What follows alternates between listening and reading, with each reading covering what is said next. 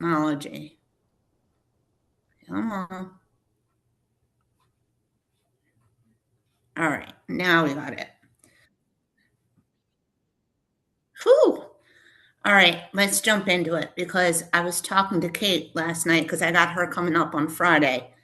The new one's To Catch a Cheater. Okay. And wow, like, I guess where I want to start is, why choose to be a part of this one? Because I think there's so much relevance to the story. You know, Suicide, bullying. I mean, you tell me what caught your eye with this one. Well, the first and foremost was Damien Romay, the director. I've worked with him numerous other times, and anytime that he calls me, I'll go. That was first. But then reading the story, it was something that was very relevant to what's going on in today's culture with social media and bullying and kids, suicide, things like that. Like it's a very touching story, and I play a dad of a girl who, kind of gets bullied and whatnot. Um, and I have nieces and a nephew that are younger than me, obviously, and it touches my heart. Tell us about your character in this one. I want to give you full reign because I think I told Kate, thank you to the both of you for saying yes to telling a story that, I mean, I was bullied when I was in elementary and in high school. So tell us about the character that you're playing in this one. So I play the father, um, and Kate's like we're separated in the story, like we're not together. And I'm living in Chicago or something, and I hear about, well, my daughter gets, I can't really tell it what goes on, but I have to come down to Florida and be with the family because our daughter went missing. And it's I don't know, Kate's such a wonderful actress, and she had such great ideas when we were filming. I kind of came on and I just, as an actor, you kind of go places, and for me it was, something very near and dear to my heart because I have a niece from a brother that passed away, and Mm. she means the world to me. And I just put myself in a position of, what would you do if something happened to her? So coming onto the story was a very somber sort of side for me because here I am torn between, being estranged from my wife and my family, having to come in to deal with the circumstances of which we're facing. And it wasn't something that was like, hunky dory. So it's Mm. it's been a character that I think I played one time, and the past has never buried something similar to that. But this movie, I don't know, I really enjoyed being able to to free myself up to go there when it needed to be. And you piggybacked on my next thing that I was going to say. You have done some pretty intense roles. You've done some pretty crazy ones. This one truly hits, and I can tell it hit you in your heart. Yeah. And I think and express these stories and great work to the director and the writers and everybody behind it because I think now more than ever we need more stories like this in order to get the word around that this does really happen in real life. Yeah, I've been doing a lot of, I mean, I'm not self-reflecting, but not, I've been trying to like figure it out and try to be some sort of a positive influence in the world of, not having to have people go through life of being bullied. And I don't know what the human nature is to make people want to bully other people, especially if they have something, wrong with them or something, medical or physical, that people that are genuinely blessed in life, that have no issues, it's a mental thing that makes people, I guess, feel better about themselves by belittling somebody else. And I, I just I can't stand by it. I can't. I don't understand what the goodness is of that. I don't understand how people feel good about themselves by picking on other people.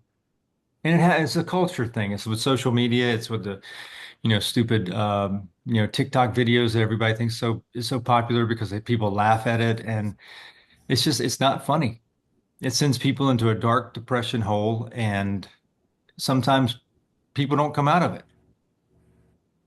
And I just wish we could get to a place in our Yeah. culture and our lives where we lift each other up and we support each other and are there for people. And if something's wrong or if somebody has something different, then to me, I think that's when us as humans, the humanity in people need to have grace and understanding and really reach out and lend a helping hand to people rather than, knock them down.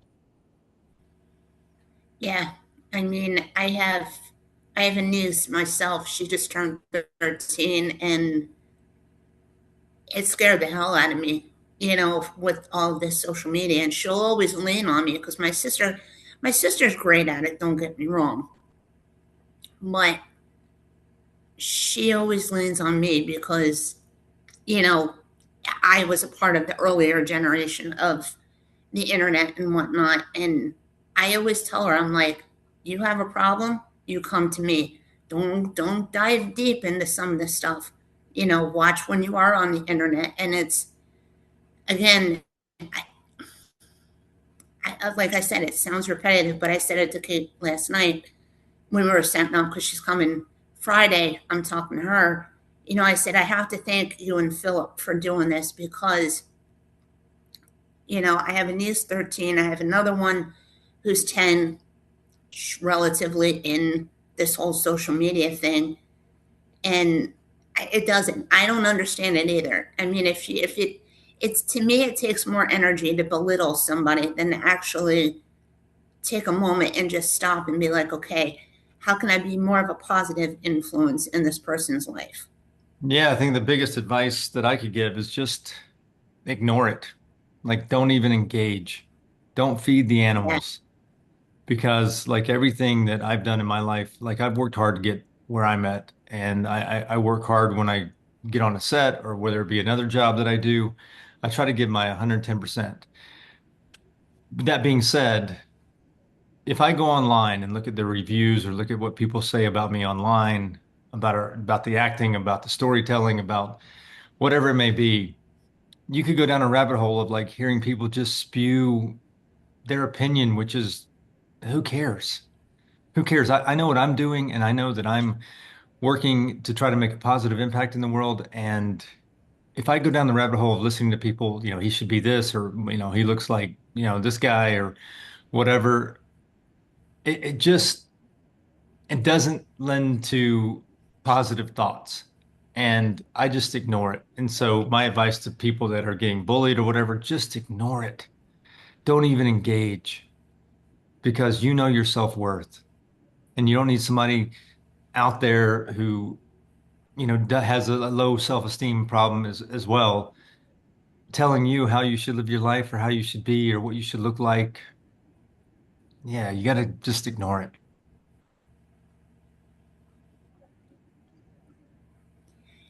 I have to say, Kate, I've loved her work. She's unbelievable as an actress. When did you find out that she was going to be your leading lady in this one? Uh, I think I found out a couple of days before. And I'd seen Kate's work before as well, and like I said, she's a great actress. She's a beautiful woman, and her ideas that she has. She's always positive. Always, she's one of the people that just kind of go along with the flow and get things done. So I was really happy to be able to work with her.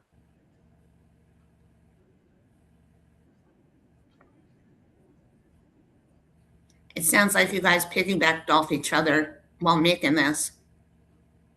Yeah, we did a little bit. You know, sometimes when, for me, I say this, sometimes when you're the supporting character and not necessarily the lead, because there was a lot of like female leads in this movie. I was just kind of an ancillary character, not an ancillary character, but I wasn't the main focus because it was about the women.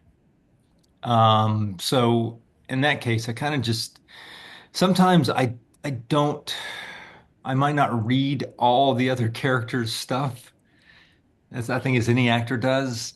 So I don't know exactly all the I get that. relationships. And so Kate was fantastic about helping me understand those a little bit more because maybe I didn't do my homework on all that. I did my homework on my character. So she was fantastic, and my hat's off to her.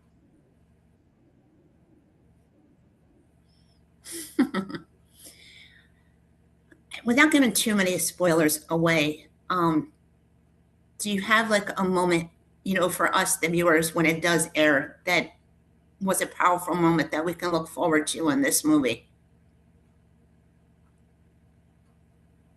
Oh man. M- yeah, well, I can only For speak you. for me, yeah. So there's a scene in the movie where Kate and I go to see a school counselor, one of the teachers. She also is a counselor there, and she alerts us to what was happening behind the scenes at school. And to put yourself in that position of here you are, these parents Mm, coming in to talk to the school counselor and actually get to know what was happening behind the scenes that our daughter maybe kept from us. And to me, that was mm. very an emotional time for me. I remember tearing up in that quite a bit because to not know, you think you know what's going on with your daughter, you think you know what's going on with your kids, but then to hear somebody else give you a different side to that, it it's shocking and Mm. it's it hits you hard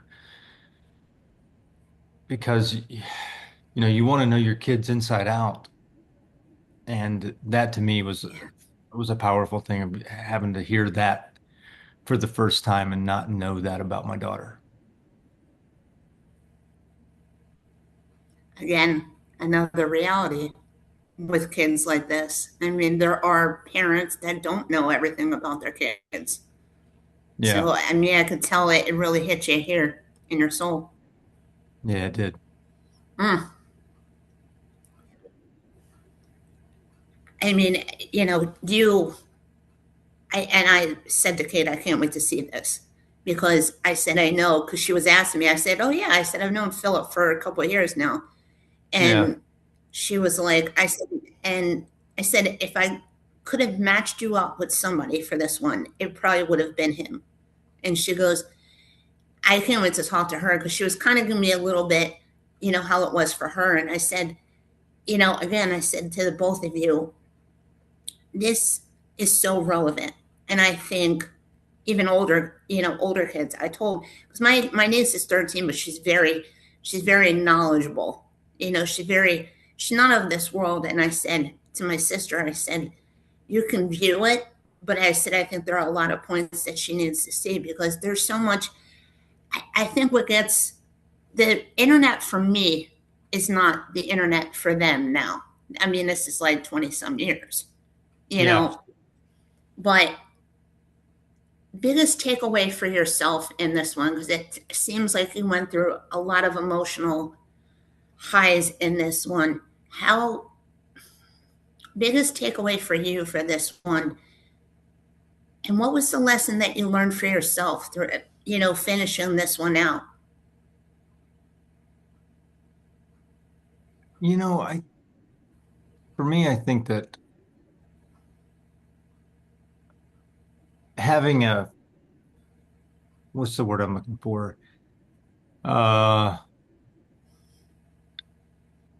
being able to reflect back on my life going forward, having a second look at it in the sense of, consideration for others. Um, and what I mean by that is you never know what somebody's going through.